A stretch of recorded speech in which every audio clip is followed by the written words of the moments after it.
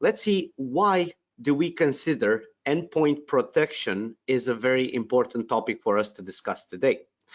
Now, when Thomas and I met, I believe a month and a half ago, we said, okay, what's a topic that is key and sometimes it might actually get a bit ignored? And Thomas said, okay, let's dive deeper into endpoint security and a bit on patching as a component of this. So with that being said, why did we choose this particular topic? Now, if you look at this particular map that appeared on the screen right now, you will see that some of the areas are a bit more inflamed, right? They're dark red, light red, and so on. And some of the areas are a bit more calm. Now, this is not a heat map or a storm map or any type of weather map. This is actually a map of, and here it is, total breached accounts.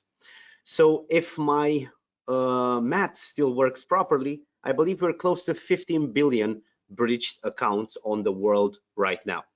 Now, again, why we chose endpoint security as part of the bigger scheme of things is just because of this. We want to make sure that we can help with as much information as we can, as much awareness as we can, to make sure that you help your company and your customers with not getting breached, because if you are breached as a company, as an organization, then your customers have their data exposed, your employees have their data exposed. So wow, I see a lot of people joining in last minute right now. Guys, for anybody that just joined in, we're just looking at why this topic is important, because these many breaches happened already. These are the total number of breached accounts on the world. Now, with that being said, we need to move forward to who are your speakers. So your speakers today, I'll just do a short round on myself and then I'll pass it to my guest. My name is Andrei. I am Heimdal's cybersecurity solutions expert. Been with Heimdal over 5 years. I believe it's 5 years and a half now. And I've done over 5,000 cybersecurity meetings, and I believe just shy or just north of 1,000 successful implementations throughout this time. And I'll pass it on to my guest so that he can also introduce himself and also his company. Yeah, hi everyone. My name is Thomas Baasnes, and I work with cybersecurity in a company called Verdane. So Verdane is a European-based private equity firm that invests in mainly two areas, digitalization and decarbonization. And we currently have around 130 companies in our portfolio across Europe. So my role within Verdane is to support our investment teams in cybersecurity due diligence before we invest in a company. And then afterwards, I help them and be a support and advisor when it comes to helping them succeed within cybersecurity as they grow. I also spend some time community building and also some time internally to focus on our internal cybersecurity program. Just briefly, previously I worked within different industries, mainly finance, IT, and government, where I've had different roles within internal and external advisor, team lead, and CISO roles. I guess the reason I'm here today, I am not the endpoint security expert here, that's Andrei, but this is an area that I find very, very interesting, and I think it's something that everyone needs to have in place to sort of achieve a minimum security baseline. So I'm interested to learn more about this, and which is why I joined here to be a moderator for this presentation, I guess we can call it. Perfect. Thank you so much, Thomas. Yes, indeed, for the Heimdal audience that is in the room, guys, you should get your questions ready for the end of the session for the Q&A, because you literally have a person that oversees cybersecurity programs for 130 companies. Was that right, Thomas? Did I catch that right? I support those that need help, so I'm not in control of 130. Okay. So yeah, you better have your questions ready, everyone, because it's not an everyday moment that we can ask questions like this to someone that has so much hands-on experience, right? Now, the agenda for today, just a little bit of housekeeping so that you guys know what to expect. On the agenda side, we will be talking about unified endpoint security. We're going to be looking at 3 most common challenges, threats, and how to mitigate them using healthy endpoint security. Then we're going to look a bit into all these terms that are in the market: EDR, EPP, MDR, XDR. Why do we need them? When do we need them? Then we're going to look a bit at patching and why is this a critical part of any cybersecurity program. And of course, no session is complete without Q&A. And in the housekeeping, this is where I have good news for you. If you want to be interactive, questions are more than welcome along the way. We will read them out loud. And if you are an active participant, by default, if you participate in the webinar survey, you have a chance to win a Heimdal Home Premium license. This is Next-Gen AV, DNS, and patching for your home computer. Now, moving down the line, we also play Cyber Trivia, in which we ask you a cyber-related question. We give you about 30-40 seconds to either respond or do your best guess. And the people that are closest win said license. Then if you ever want to connect with me, there is a place in the webinar survey where you can book a 15-minute chat with me. Now, moving forward, let's start. Thomas, what is the first question that you would like to ask me in this interview? Yeah, so I guess we're starting a little bit high level on endpoint security. And my first question is related to something that I've read quite a lot about the last year. Actually, like the Gartner trends of 2023 is mentioning this quite a lot. And it's the trend of sort of consolidation and a more unified approach to security. And to give a little bit of context before I launch my question at you, I think in my perspective, what has happened in the security industry for the last few years is that, you know, the awareness in the market has increased. It's become a topic on the management agenda. And therefore, I think you have a lot of solution providers that has been coming up with new solutions all the time, solving single problems. And what has happened now after a few years, I think that, you know, we have so many solutions now to solve single issues in our companies that, you know, the number of security solutions are becoming a risk itself, because these needs to be maintained, they need to be updated, and, you know, they have license costs, and it increases the complexity of your IT environment.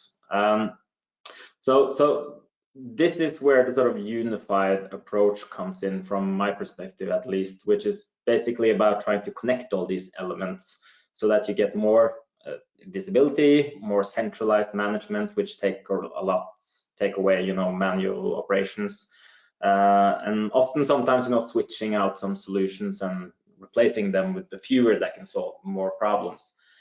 So to go back to the question, it would be really interesting from a professional like yourself to sort of shed some light on this sort of moving from an isolated or siloed approach to a more unified approach within the endpoint security point of view. Sure thing, Thomas. You already answered half of the question, but let's actually take a step back. Let's look at cybersecurity in general, and yeah, let's actually do it in a fun way, because we promised on LinkedIn and everywhere that this is going to be a fun webinar, right? So looking at security, let's compare this with how they did security in the ancient times. So we have on the screen over here, and I hope the screen is in this place. If not, it's in this place, but bear with me. On the screen, you see a castle and some houses, some farms, right? Now, when any type of society, organization, it doesn't matter what it is, starts to be productive and starts to prosper, what happens is that other people in general or other organizations want to take some of that. And this has been going since the beginning of time, since the caveman area. It's also available with animals if you look in the jungle, right? So it's not a surprise that this exists right now. So as security, they started to put up walls and gates and everything, right? They put up some soldiers to do the defense. Then they have battle camps within their environment. And this is actually a good strategy. But what do you do? Because you cannot just close the gates, right? Because if you close the gates to your company, or if you close the gates to such a city that we're displaying here, in that moment, that city will slowly die. They need trade, they need communication with the outside. In their case, they needed trade. In our case, in order for us to do our responsibilities and to help out the society, we need to communicate. Our servers need to be internet facing, we have email servers and so on. So in that situation, you need guards at the entrance of this particular castle, right? This particular city. Now, if this is a very productive environment, you will have people that want to come in. Now, all this group of people need to come in. They need to be vetted by the security at the gates. Now, if the attackers start studying a bit the landscape, now they have two options, right? They can start charging on the castle, which is not good, right? If they start knocking on those walls, they will have no chance to come in until the defending army is wiping them out. So what do they see? They see a group of people passing through the gates because they're vetted by the guards, and those people start to move around the city. So they think, okay, we cannot brute force ourselves exactly like a brute force attack would do in today's world. What we need to do is we need to start sneaking ourselves in. And in order to do that infiltration, what they try to do, and if you can look at the mob over here that's waiting to come in, they start to infiltrate. These spies start to infiltrate through the crowd, and they're very sneaky, right? The guards at the gates, your, let's say, firewall, your base antivirus, those guards will be tricked by this particular infiltration, and they'll get in. After they get in any way, shape, or form they do, because we all know the tactics, the techniques are a bunch of them. If you study the MITRE attack framework, you'll see a ton of them. Now, once they get in, their next purpose is to infiltrate the endpoints. Now, when they want to infiltrate the endpoints, and let's actually zoom in a bit. Let's zoom in. They will wait for an opportunity like this, which just happened on the screen. Let me put a pointer, a laser pointer. So we saw the group of soldiers moving from this little protected area, and they moved to this other tent. Now, when this happens, this is an opportunity for the attackers to start moving in. So let's zoom in and explain what happens now. So we'll have this little guy, the spy, trying to infiltrate the endpoint. Now, when they do that, they can be met with two situations. Situation number one, in which they start the infiltration process, they succeed, and then they come back disguised as the actual soldiers. If you compare this to cybersecurity, this is a living off the land type of tactic, because they are now in your environment. You do not detect that they're in their environment because they're using already existing binaries within the environment. So in this particular case, even if we have endpoint security, as you saw, we have guards here, we have people around, they have still managed to get in. So this I would compare with siloed endpoint security, because we have so many tools, they need so many portals to configure, to manage, and to operate, that this becomes a bit of a burden on the teams rather than being a useful tool for the teams. Now, let's backtrack. Let's see the other scenario. So we will move back the spy at the beginning of the tent. And now, if the endpoint security that you're using, and even above endpoint security, if the cybersecurity toolset that you're using is unified, what will happen immediately is the other layers will notice that something is suspicious. They will be on alert, and in that particular moment, the soldiers, the defenders, right, your cybersecurity operators, your SOC team, your cybersecurity specialist, analyst, and so on, depending on how your team is structured, will be on high alert.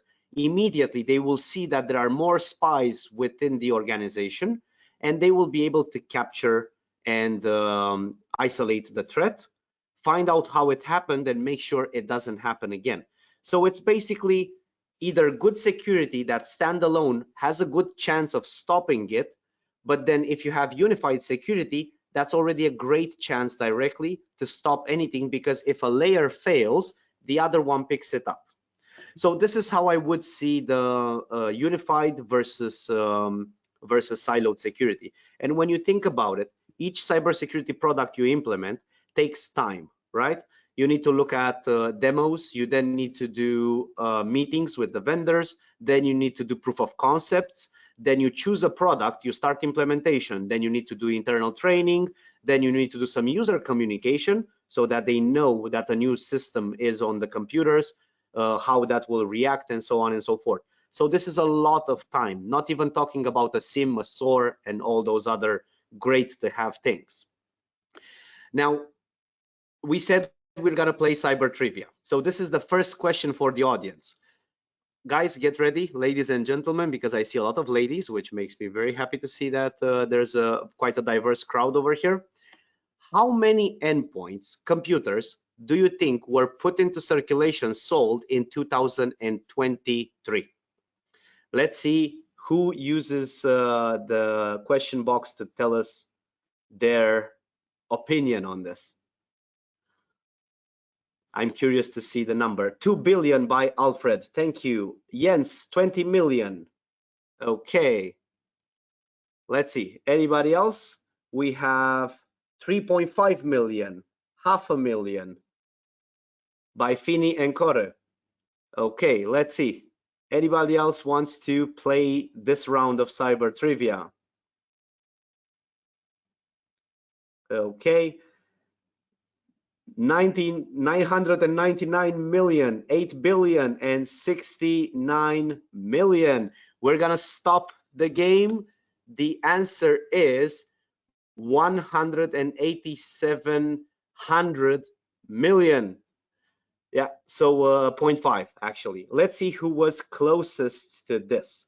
So let me see in the chat box, and this is by worldometers.info computers. This is an ongoing meter that literally scans from Gartner and IDC how many computers were put into circulation in 2023, and this is just this year alone.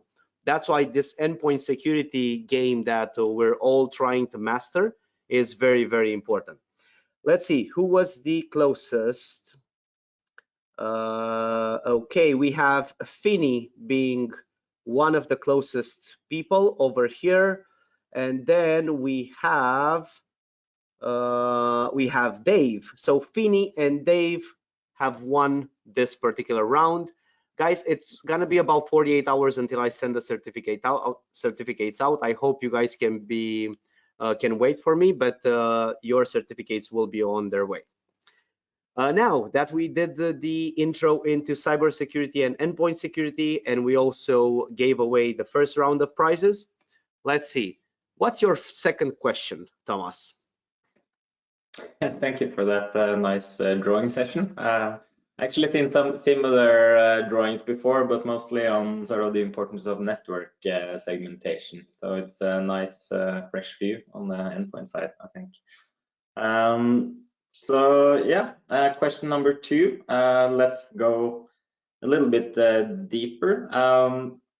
So the next question is related to sort of the most common threats that I think is relevant for all companies out there. So of course it's the phishing one, where the attacker tried to target you by email or similar and tried to trick you into giving up sensitive information, downloading malware, logging on with MFA and then stealing a token or something like that. Then you have the extortion attacks, which is typically ransomware, DDoS or similar, where they will typically lock down your systems or information, make it unavailable, steal information and threaten to expose it, and then they ask for a ransom for them to stop or give you back access and so on. And then third one is the supply chain risk that we are all talking about a lot, which is when you have a breach or incident due to a weak link in your supply chain. For example, a critical vulnerability in a third-party application or a vendor with access to your IT systems. And to me, we are often talking about these sort of new and dangerous emerging threats that are out there.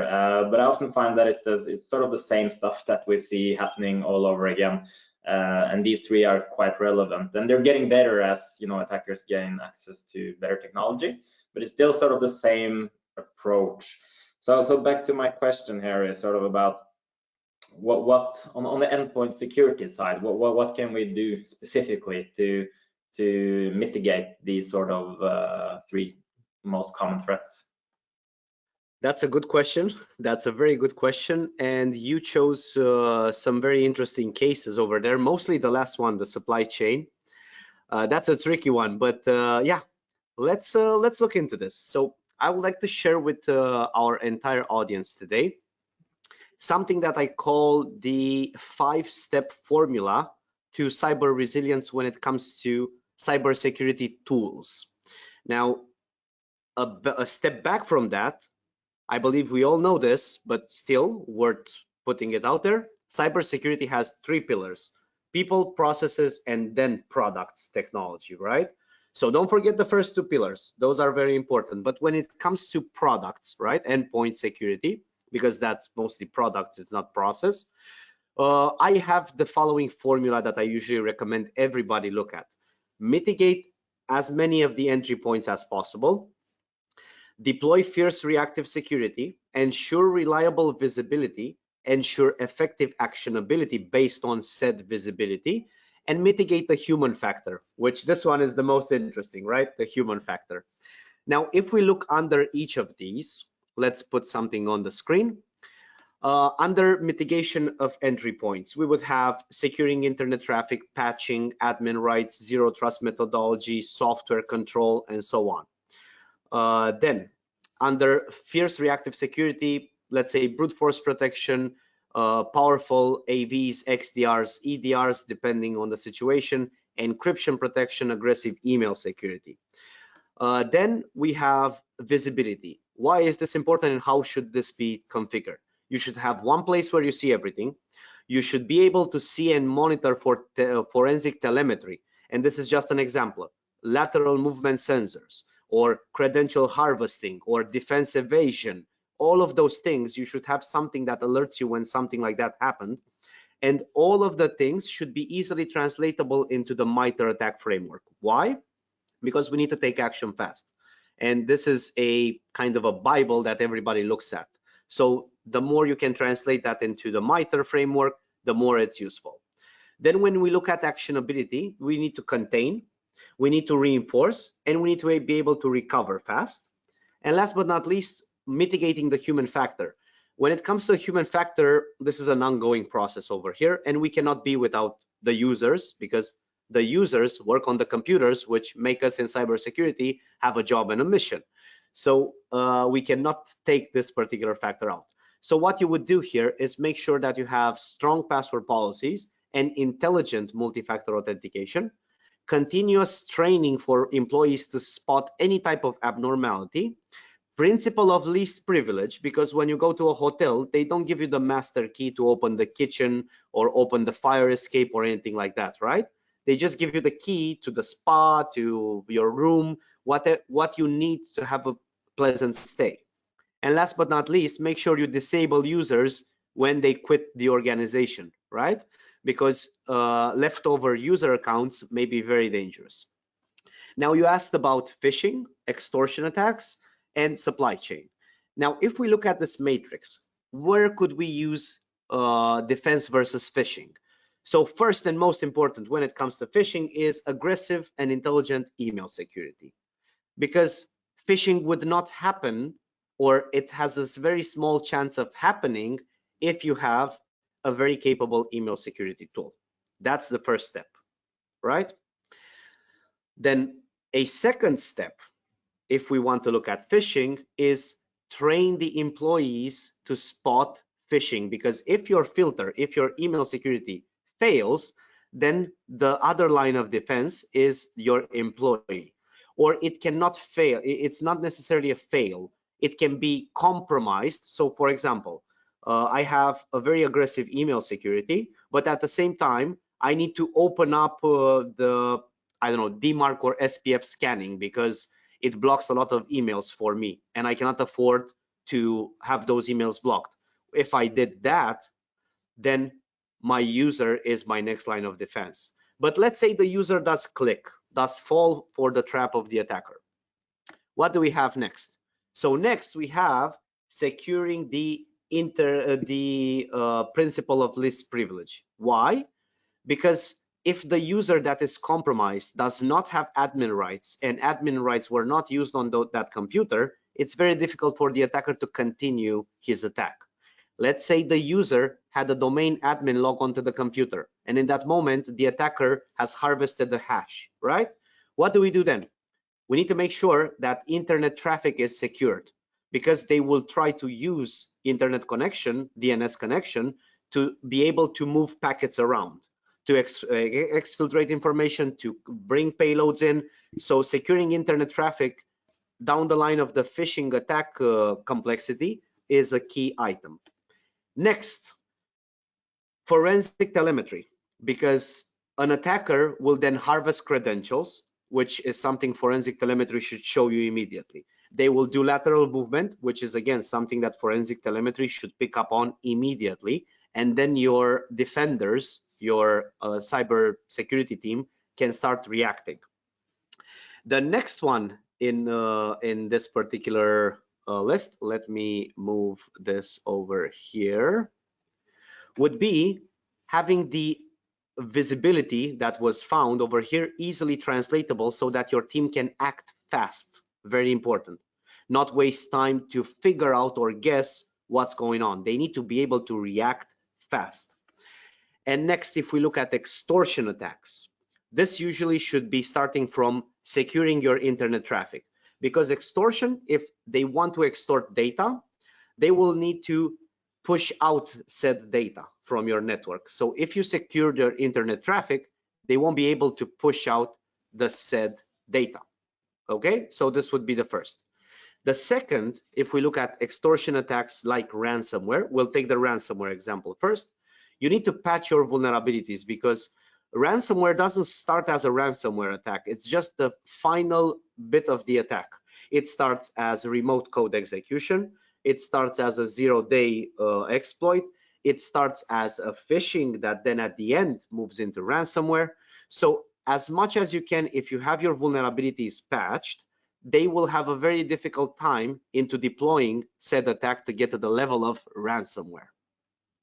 Then the next item on the list that could help you with this is admin rights management, because any type of extortion attack like ransomware or data hostage, even if they don't encrypt your data, they can just sell it online on the dark web. They need to have admin rights to do that. So if you make sure that you manage your admin rights in your environment properly and you don't leave domain admins logged onto the computers in the memory of the computer and so on, they will have a very difficult job to do this attack. Next, zero trust methodology. Because if you look at zero trust has a lot of angles. What I'm referring to over here is nothing that is not needed or approved by me runs in my environment, which means internet connections that are not needed, IP ports that are extra, close them down. Software that is not required in my environment, do not allow it to run unless you pre-approve it, right? Then the next one, visibility and control over software that executes, because you need to be able to spot abnormalities if they happen. And then this one with extortion is actually a lot of items come into play here. Brute force protection is another way they come in. Powerful adaptive AV, EDR or XDR, depending on the need of said company, is also an item. This one is the last line of defense, the encryption protection, right? Because at the end of the day, if everything else fails, something like this should be working. And Fini is asking, will you send the presentation to us? Of course, if you do want the presentation, we will send it to you. You'll just need to send me an email at the end. I'll put my email again so that I know you want the presentation. Okay, moving back. The next step, very important in any type of extortion attack, is forensic telemetry, because extortion attack will need to start reading information, extracting information. They need to get rights to do said information extraction, right? So let's say you don't have all of these. They come in. You will be able to detect when they do a net SH, right, in the network, when they try to scan your open ports, when they try to scan for admin rights, credential dumping, and all of those things, right? Then the next one in the list over here, let's see. MITRE attack framework, you need to be able to act fast, contain, so you can isolate the endpoints. Then you have reinforce. Whatever happened on one endpoint, it needs to be blocked on the others. And of course, recover, because at the end of the day, the business has a purpose to run the business. Not security is the purpose of the business. Security enables the real purpose of the business, which is making the business that said organization is about. So recovery is very, very important. And of course, if we look at the mitigating the human factor, also here it's very important to have the intelligent multi-factor authenticator, because if I connect from, let's say, London right now, and in 5 minutes there's the same connection happening from China or Russia or the Americas, right? It doesn't matter. The multi-factor authenticator should pick up on that and say, this is an abnormality. How did Andrei fly across the world in 5 minutes, right? Or connecting in the middle of a night all of a sudden, or on Christmas, something like that. Those type of behaviors need to be picked up. That's for sure. Any other questions from the audience in the meanwhile? Let's see. No other questions. Okay, let's continue then. Okay, so continuously training your employees would also help you in extortion attacks. And of course, principle of least privilege, because if a user has too much privilege, we can actually have a bit of a problem. We have Kalim asking, can we restrict the access of cloud resources, Windows Server RDP access, and can authorize whitelisted devices? So basically, this is a good practice to have, Kalim. You should be able to restrict cloud resources. And of course, you should not just use RDP for such connections. RDP opens a ton of vulnerabilities if you do that. If you want, we can connect and discuss this in more of an expanded type of approach. Now, let's see, extortion at the DDoS level. This is a bit different, right? This cannot be dealt with at the endpoint level, unfortunately, right? DDoS is basically they're flooding your internet-facing system, like your web server or your website or whatever, and they're making sure that legitimate customers or users of your service can no longer use said service. And in that case, you won't be able to rely on endpoint security. That's a different type of security that you should use in order to actually look at the behavior of the connections.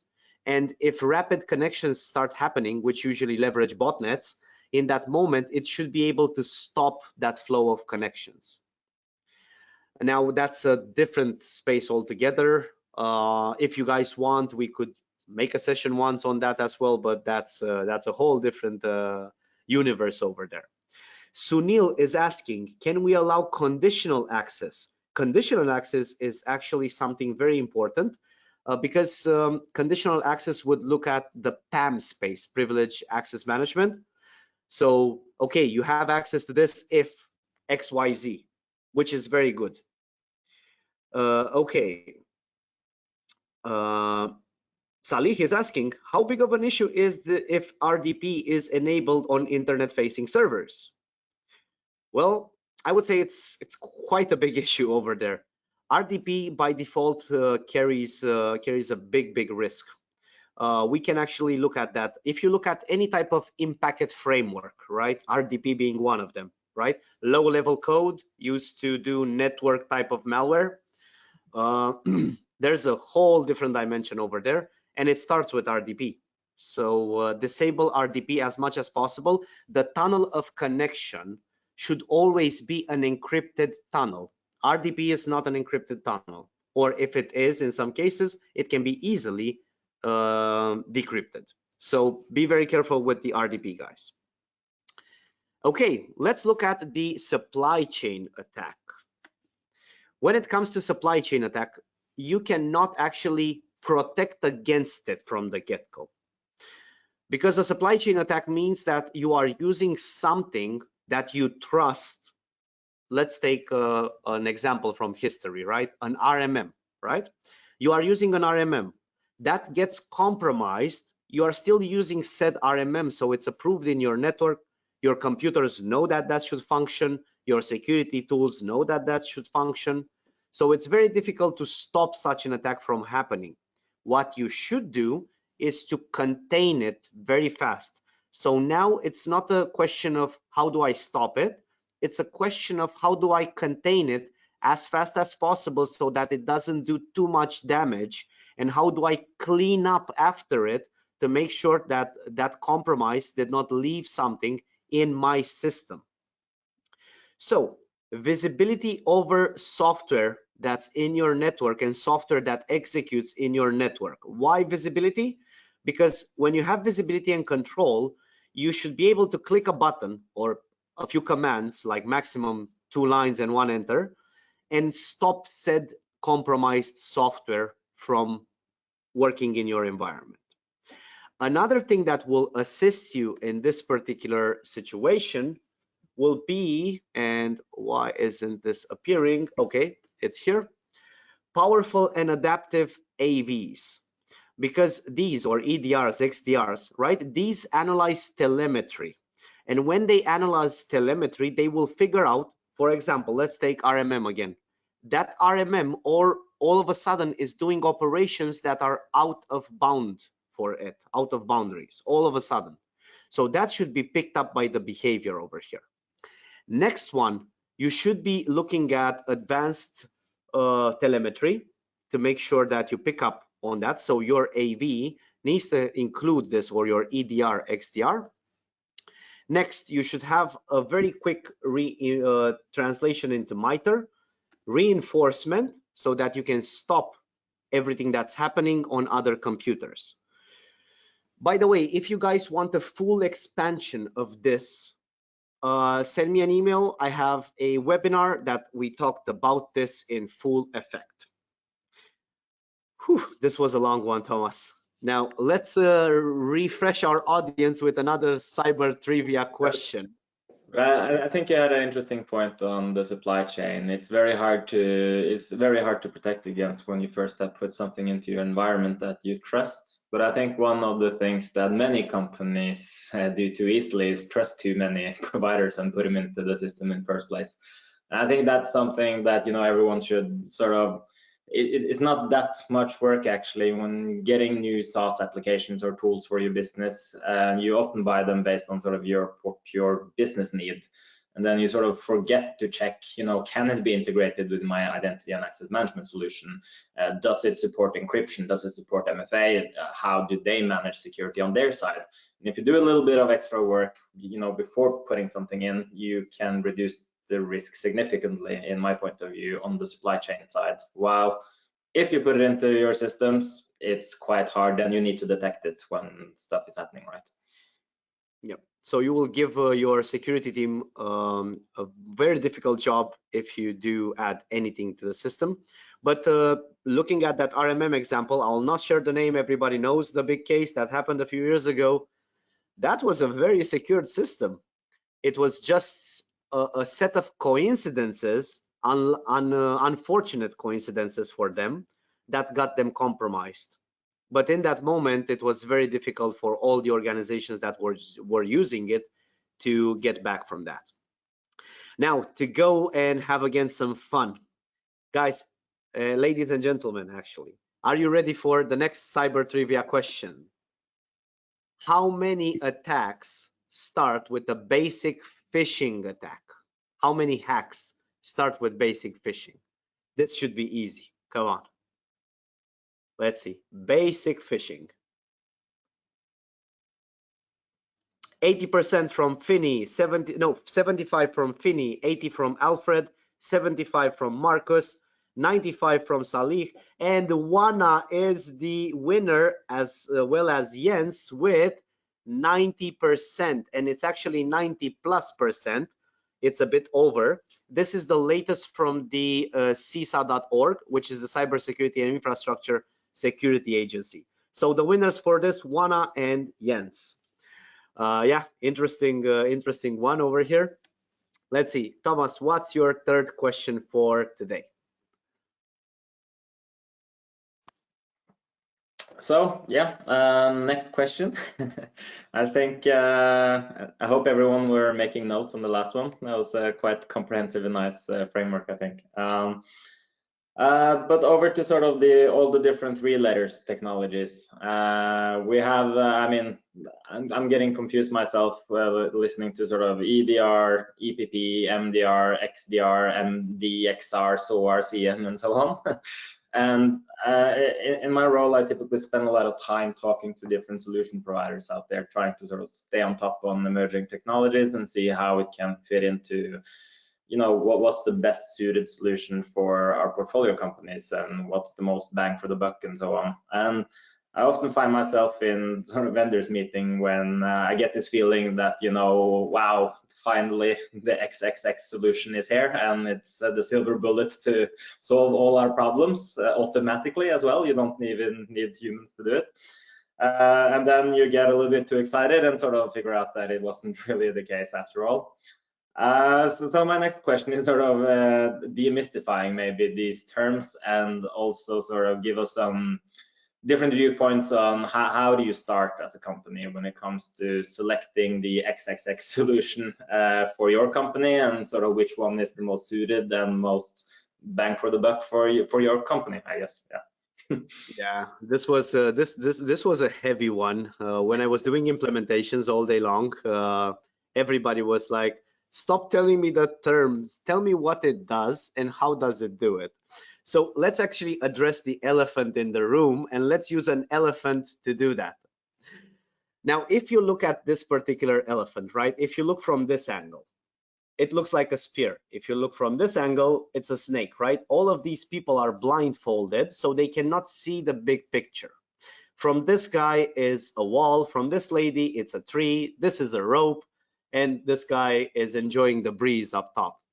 Now, the idea is that context is key, right? Solutions are good. All those 3-letter, 4-letter words that are going on are useful. However, make sure they're useful for said organization because no organization is the same. So if you look at these items, right, the EDR, EPP, depending on what you need, choose them. Let's make sure we need them, right? So when would the EDR be good? If you need reactive security just from endpoint level. When an EPP would be good? If you need holistic security, not just reactive from the endpoint space. MDR, they just manage your EDR. XDR, this goes a bit above, looks at cloud, looks at email. It's kind of automated, right? So it does a bit of a, again, enhanced job. And MXDR, it's as simple as that. It's XDR managed by some professionals that use it, right?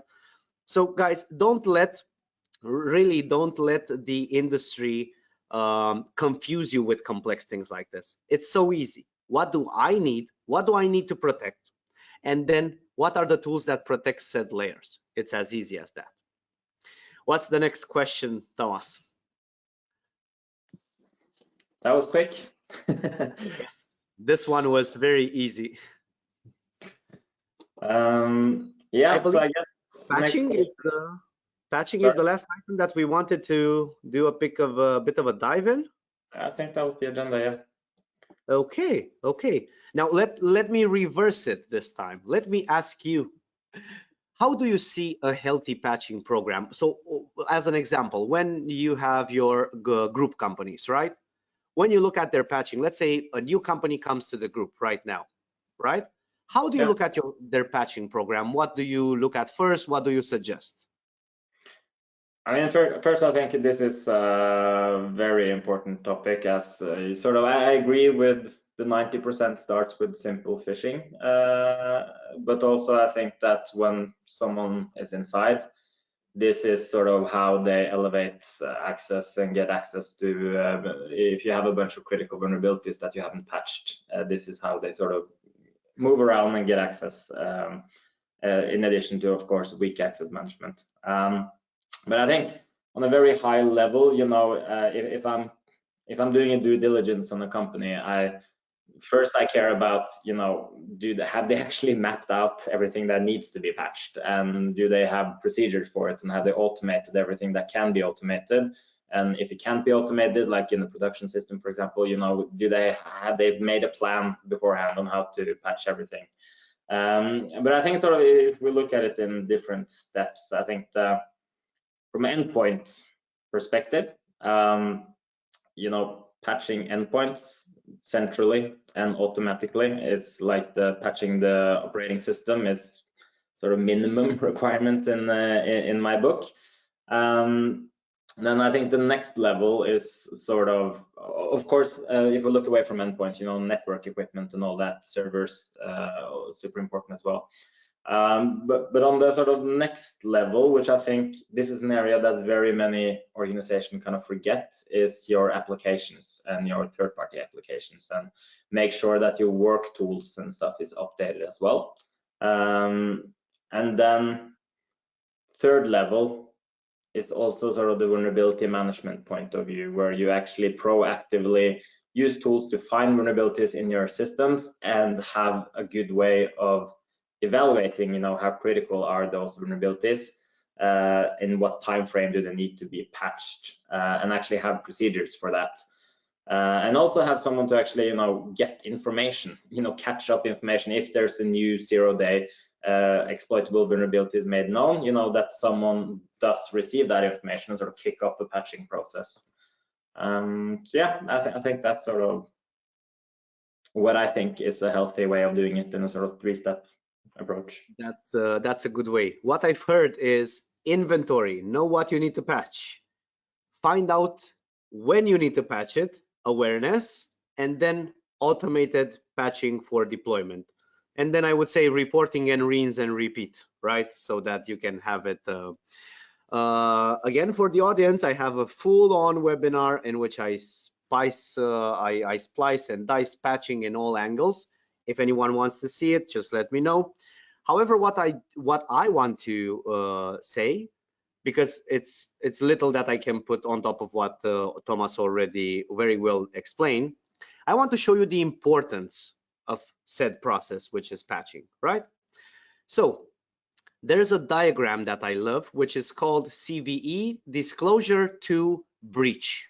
And if you look on this page, once a patch is happening, this is basically a company doing a common vulnerability entry, which means this is a vulnerability. Until the patch actually happens, this can be disclosed immediately. Patch could actually have a bit of a delay depending on the situation. People start scanning, do illegal scanning for vulnerable systems. Then after they find systems, they start chatting in between each other. Then they use that that chatter and that teamwork that they do. They create a proof of concept code. They offer it even on GitHub sometimes. Then some other hacking group gets access to the system. They test the well-performing vulnerability in ransomware or malware code. They sell this online through initial access brokers. Then they get access into the objective. They start entry, escalation, lateral movement, discovery, collection. They do exfiltration of data. And this is where it gets interesting. Then they do the final stage. Then extortion of data, reputation loss for the organization. But here is another important step, because here something else happens. Sometimes, even if they extort you and do the final stage, they already pack up your data in 1 gigabyte at a time, and they sell it in something called combo lists on the dark web again. Some other attackers, some other cybercrime families take said combo lists and pay a service called account checker. With account checkers, they filter the combo list data. They go in all the threads one by one, and whatever they can discover it's reusable in an attack, they test it, they put them back on sale. So basically right now this is a self-sustaining circuit. And let me show you how something like this looks, right? This is an example of an auction for a domain admin right access to this company. They even say what AV they have, it's disabled. This is how much it costs you to buy it on the spot. This is where auction starts. This is the step of the auction. So this is how dangerous things are actually right now. That's why it's important for us to secure as much as we can. I hope I didn't scare anyone. It's still early in the week, right? Okay, so let's move on to the conclusions. Thomas, any conclusions that you would like to share with the audience? Well, if we look at the different questions, I think sort of first one connected all together to get visibility. Second one, I think a lot of good stuff there in the framework. I think my kind of key takeaway is that many companies, they're spending all their efforts on sort of mitigating the entry points, but you also need to sort of think about the 3 other pillars as well. And also on the privileged access management, which is something I think is just increasingly important. Start using, PAM functionality where you can give timely access instead of giving everyone privileges because they need it once in a while. And the third one, yeah, context is key. There's no silver bullet. Do the research and find out what's most suitable for your organization, and also sort of consider if, do you want to outsource it or do you want to do it yourself? There's a lot of advantages of outsourcing your detection and response capabilities. And you should understand what it actually means to do it internally. It's not only a license cost, it also comes with some actually managed work internally. So yeah, and first one, patch it all, patch everything. Patch it all, yeah. Always patching is the first where we actually start. I believe it's a requirement by law right now. Yeah. And for the audience, a final cyber trivia question. How many known exploited software vulnerabilities do you guys think were found in 2023 so far? Let's see, our active users in the question box. Let's see what's your opinion. 72,000 by Andrei. 72,000? That's quite a lot. These are known exploited software vulnerabilities just in 2023. We have 235 million, a billion. Guys, that's very dangerous. If the data would be like that, it's very dangerous. Now we have closer numbers by Salih, 300. Okay, you guys are getting closer. 50,000, 1,500, 1,700. Okay, and the winner on this one is Salih with 300.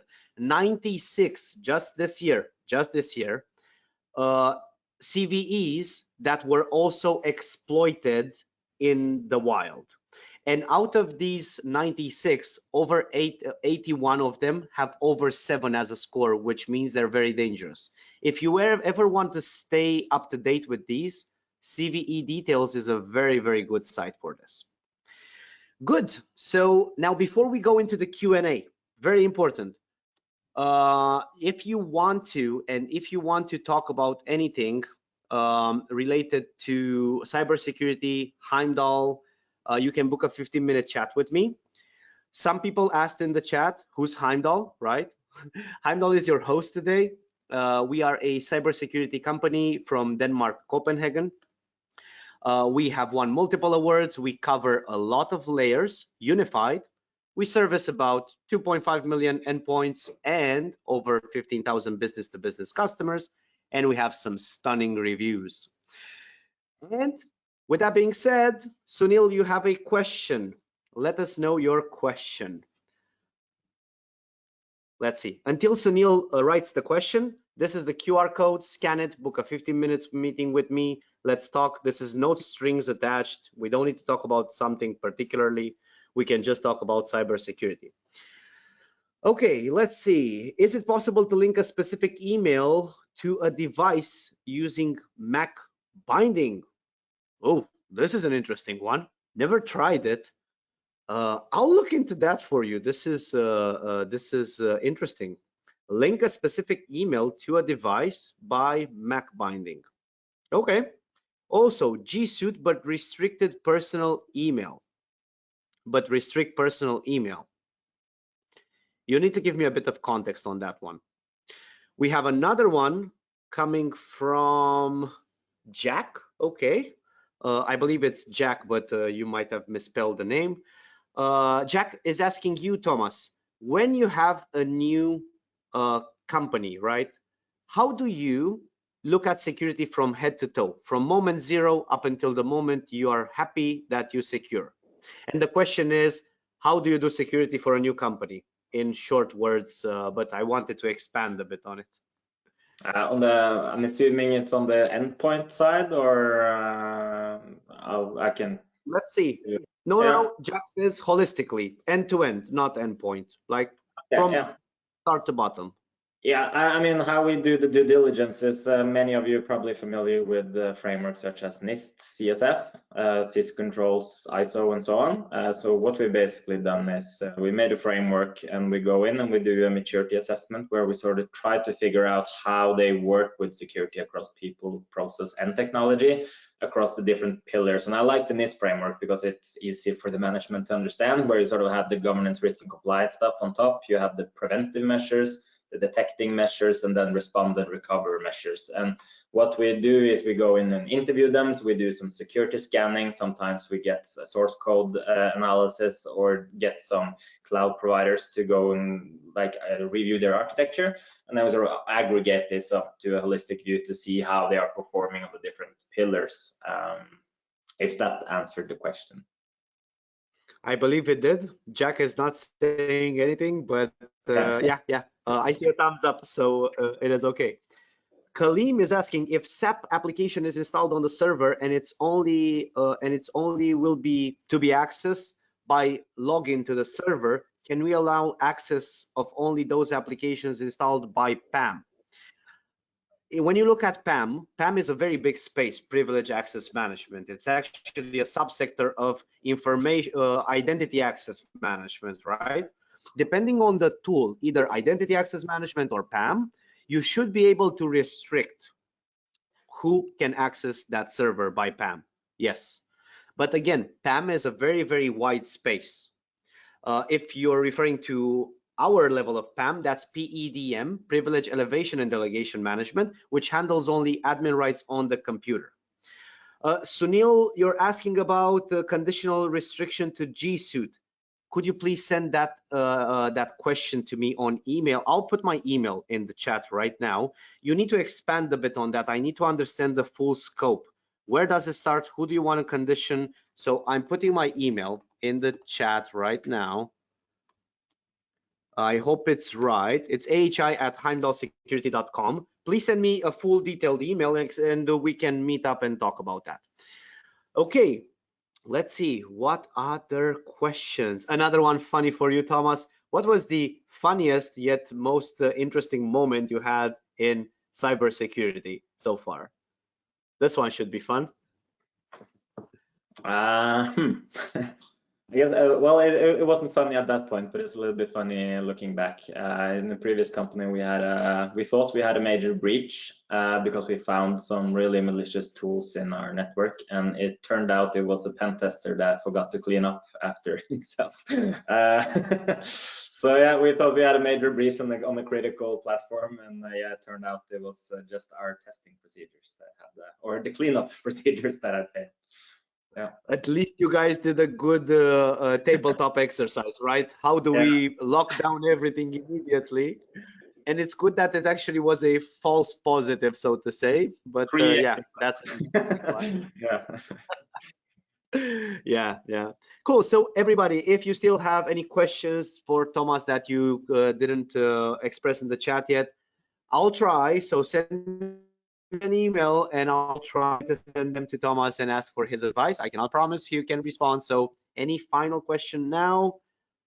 Okay, nothing comes right now, but people might get inspiration. Thomas, I really want to thank you for joining us today. It was really a nice experience. And I'm curious what the usual Heimdal audience has to say about this. Guys, webinar survey, give us your feedback. Tell us exactly how you like this. And yeah, see you in the next session. Bye-bye, everyone. Thank you so much. Have a good day. Bye-bye.